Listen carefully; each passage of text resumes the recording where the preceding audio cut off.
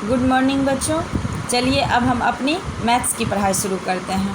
तो अब हमें मैथ्स पढ़ना है। मैथ्स में क्या पढ़ना है? तो नंबर पढ़ लिए, आफ्टर, बिफोर, बिटवीन पढ़ लिए, और नंबर के साथ साथ हमें याद रखने के लिए नंबर याद रखना होगा। और नंबर तो डेली पढ़ना ही पड़ेगा, काउंटिंग तो करनी ही पड़ेगी। अब काउंटिंग में जैसे 20 है, यहाँ पे आज हमको पढ़ना है ये साइन का प्रयोग करके। ये दो नंबर के बीच में आफ्टर, बिफोर, बिटवीन नहीं करना है, बल्कि ये साइन का प्रयोग करना है।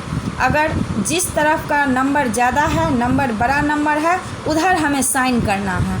और अगर ये दोनों नंबर बराबर है तो हमें इक्वल का साइन करना है। ये साइन, इधर का नंबर अगर बड़ा है तो इधर का साइन, इधर का नंबर अगर बड़ा है तो इधर का साइन, और अगर ये दोनों नंबर इक्वल है तो इक्वल का साइन करना है। अब हमें ये देखना है जो आप नंबर पढ़ें। अब नंबर में ये क्या है? 20 तो ये नंबर पढ़ने में, काउंटिंग करने में 20, और ये इधर है 30। तो 20 पहले आता है और 30 बाद में आएगा। जो पहले तो वो छोटा, उसके बाद जो आता है वो हो जाएगा बड़ा। यानी कि 20 जो है 30 से क्या हो जाएगा? छोटा हो जाएगा। इसमें बड़ा कौन हुआ? 30, ये बड़ा हुआ। तो ये बड़ा के तरफ ही हमेशा रहता है। ये साइन किधर जाएगा? जो नंबर बड़ा रहता है। इसी तरह से यहाँ पे है 40 और यहाँ पे है 60। तो दोनों में कौन बड़ा हुआ? 40 की 60? तो 60 बड़ा हुआ, क्योंकि 60 बाद में आएगा, ये बड़ी संख्या है। तो फिर इसका साइन जो है सो इधर की तरफ घुमा रहेगा। अब यहाँ है 80 और 80, यानी कि दोनों बराबर है, तो हमें बराबर का चिन्ह लगाना है। इसी तरह से यहाँ पे है 19 और 18। अब आपको पता करना है कि 19 बड़ा है कि 18 बड़ा है। तो आपको अगर 19 बड़ा है तो हमें किधर का साइन घुमाना है? ऐसे घुमाना है। 22 और 21 में किधर कौन बड़ा है? 22, तो हमें किधर साइन करना है? ऐसे साइन करना है। जिधर जो अंक बड़ी है हमें उस तरफ का उधर साइन करना है। अब दूसरे नंबर पे अब आपको मल्टीप्लिकेशन टेबल सीखना है। अब आपको टेबल, आप ऐड सीखे, सब्ट्रैक्ट सीखे।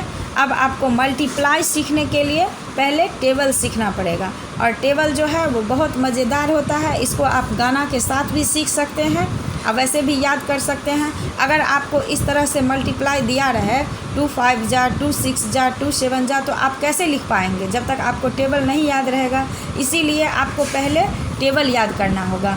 इसको हम इस तरह से पढ़ेंगे, सॉन्ग की तरह भी पढ़ेंगे। 2 1 जा 2, 2 2 जा 4, 2 3 जा 6, 2 4 जा 8, 2 5 जा 10, 2 6 जा 12, 2 7 जा 14, 2 8 जा 16, 2 9 जा 18 और 2 10 जा 20। इस तरह से हमें इसको पढ़ना है। 1 2 3 4 5 बार अगर हम इसको पढ़ेंगे तो हमें याद हो जाएगा। और याद करने के बाद जो इस तरह से मल्टीप्लाई दिया रहेगा आपको, जैसे 2 5 जा क्या होगा, तो आप इसको बिना देखे ही लिख सकते हैं। 2 5 जा क्या होगा? तो 10 होगा। 2 6 जा क्या होगा? तो 12 होगा। इस तरह से आपको पहले टेबल याद करने हैं, उसके बाद आपको ये मल्टीप्लाई बनाने हैं।